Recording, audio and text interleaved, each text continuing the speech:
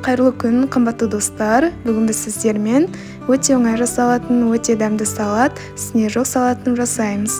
Барлық ингредиенттерді дайындап аламыз. Картоп, жұмыртқа және тауық етін суда пісіріп аламыз. Сыртын тазартып, үккіштен өткіземіз. Картоптарды үккіштің ірі жағымен өткізіп аламыз.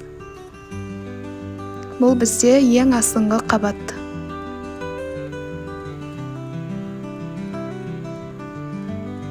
Бірден тәрелкеге сала береміз.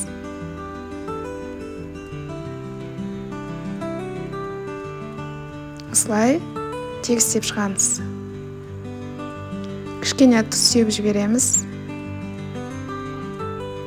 Және де майонез жағып шығамыз. Бетіне қасықпен де жағып шығуға болады. Одан кейін бізде маринадталған қияр. Оны үккіштің кішкентай жағымен өткіземіз.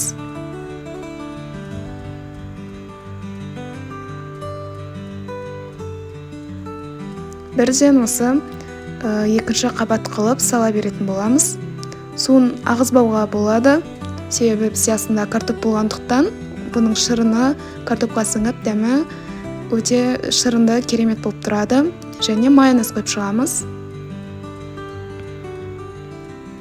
Келесі бізде жұмыртқа. Ағы мен сарысын ажыратамыз. Ағуызын ең соңынан салып шығатын боламыз. Әзірге сары уызын саламыз. Осылай қолмен үгітіп сала береміз.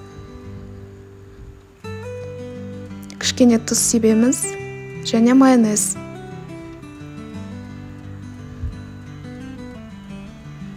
Ағуыздарды үккіштің кіші жағымен өткізіп аламыз.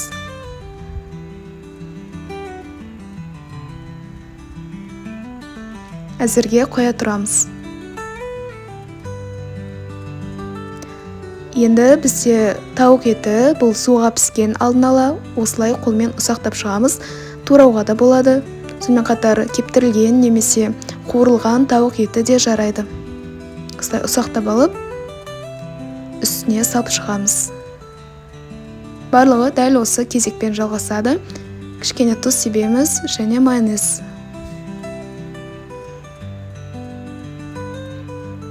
Майонез көз мөлшерімен кішкене көбірек саламыз, дәмі жақсы шығу үшін. Және де бізде ірімшік, ірімшіктің кез келген түрі жарайды. Үккіштің кіші жағымен өткізіп аламыз. Және салып шығамыз. Тағы да майонез. Ең соңында майонезді кішкене көбірек жағамыз. Және ең соңынан осы жұмыртқаның ағуызын, сыртын осылай қаптап шығатын боламыз. Осылай әппақ болып тұру керек. Қалауыңызша бетіне мак немесе кунжут себуге болады, бірақ міндетті емес. Осымен салат дайын болды. Қараңыздар, өте әдемі болып шықты.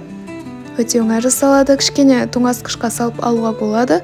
Мен бірден кестім. Дәмі өте керемет болып шықты. Сіздерге де ұнайды деп ойлаймын. Мерекелік дастарханға жасап көрсеңіздер болады. Егер де рецепт ұнаса, каналға тіркелуді, лайк басуды ұмытпаңыздар.